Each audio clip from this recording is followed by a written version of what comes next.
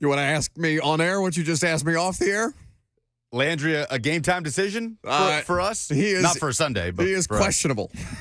He is questionable for the radio show today. We will see whether Harold Landry makes an appearance or not. Jared Puffer is doing his best to track him down at this point. It'll probably be here if he joins us. It'll probably be here in the next, I would say, no later than 10 minutes because the assistant coaches are talking right now. Usually when the special team coach gets to the podium, which Tom Quinn has just now done, that means that the locker room opens in just a little bit. But in the absence of that, we need to talk about this Russell Wilson story, okay? So the news broke yesterday that the Broncos were benching him, and the details of the Russell Wilson saga were complicated just in the benching of him because of the money, because of the financials associated with it, and that they're touting Jarrett Stidham as somebody who might give the offense a spark is hilarious to me. So they lose any realistic shot of making the playoffs after they lose to the Patriots on Sunday. A 4-win Patriots, or now a 4-win Patriots team, beats the Broncos, and now the Broncos fall to 7-8. Their percentage chance of making the postseason 1.4. So now with that winding down, Russell Wilson being on the bench, apparently, and they're saying that it has nothing to do with his quarterback, with his contract situation, where he stood, this is courtesy of Josina Anderson, should not come as a surprise. Sean Payton has been vocal about his concern for the offense in the last couple of weeks. The team is 1-3 in the last 4 games. The offense is ranked in the bottom tier in that span in several categories and ranks 25th in total offense. It's a very long tweet by Josina. Jarrett Stidham is now the starter, and Wilson will back him up in response to reports of Wilson's benching being primarily a financial consideration. I was told, quote, if it was a financial thing, then why would Wilson be the backup? Wilson is going to dress. Unlike when Derek Carr was benched and did not remain in the building for separate reasons, if you remember that circumstance from a couple of years ago. I was told Wilson is here and will be ready when needed. The folks in Denver are also making sure to emphasize that Wilson has still done good things this season. He's a good teammate. He currently ranks 9th in the NFL in passer rating, but it was emphasized to Josina that we just need a spark. It's that simple. It's not about his contract thing or that contract thing. So we'll talk about the Russell Wilson story later. In the meantime, Harold Landry is on the radio show. What's happening, man? Not much. How are you? I'm great. I'm watching your BC Eagles right now, trail by 4 to SMU. Have you been watching this morning? Nah, I've been in meetings, but I get a glimpse of it every time I go into the cafeteria, though. He said, I've been actually doing my job this morning. I've been at work, not watching a bowl game, you idiot. Right. Harold, I have a question. What do BC fans say? Is it just go Eagles? Like the way Alabama has Roll Tide or Go Vols or War Eagle? Is there a saying for Boston College football? Is there a saying? I don't think so. I think they just say go Eagles, yeah. Okay, well, I'm going to interrupt the interview screaming go Eagles if Boston College scores at any point during these next few minutes. All right, bet. That sounds about right for the level of professionalism that we typically bring to these interviews. Did Puff hold you at knife point to get you to do a radio interview today? Nah. I swear, though, I thought it was after practice. I didn't know it was before, but he didn't hold me at gunpoint.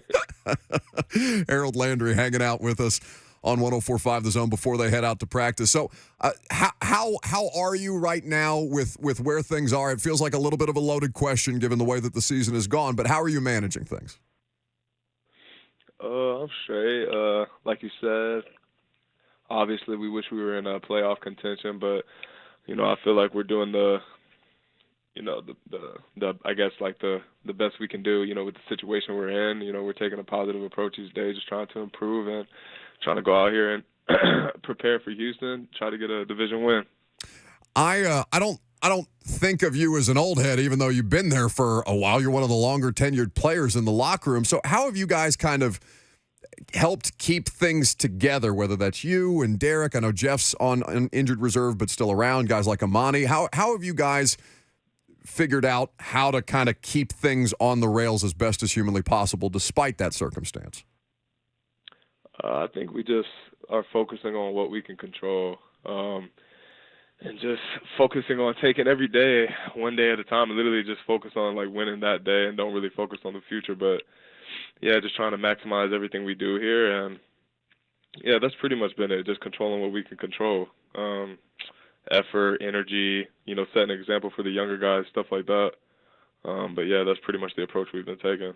Harold Landry and here. And also making sure that, even though we're not in playoff contention, still having that gratitude and being grateful that you can play, in the NFL. You know what I'm saying? And that we're here practicing, and, guys need to take advantage of the opportunities that they're given with the situation that we're at.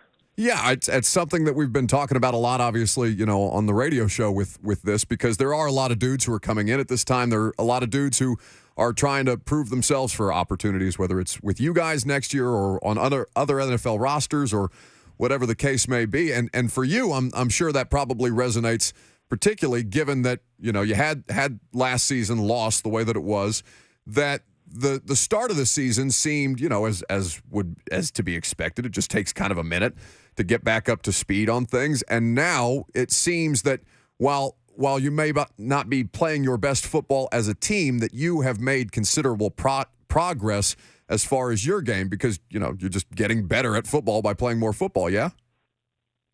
Yeah, for sure. I think the more you play, the better you get. And I just think that I've literally just this season been trying to honestly just ignore everything and just try to make sure that after each game I'm recovering and doing what I need to do to make sure that I can practice and that I can improve throughout each week. But yeah, that's pretty much it. I've just been taking it a day at a time and just honestly just locking in on just trying to improve each week, coming up with a plan each week for my matchup and trying to execute the game plan at a high level and go out there and be the productive, versatile player that I've been here my whole career. To that end about, improving just by playing and how valuable those reps are even at this stage of your career, fans, Harold, understandably are frustrated with a lot of stuff, but I've been fighting with people all week about the idea that if Will is healthy enough to play, and we'll see what determination Mike and Ryan and everybody else make on him at the end of the week, but there's so much value for a rookie quarterback to go out there and play, even given the circumstance of being eliminated from playoff contention. I'm sure you could speak more sense to them than I have been able to here lately.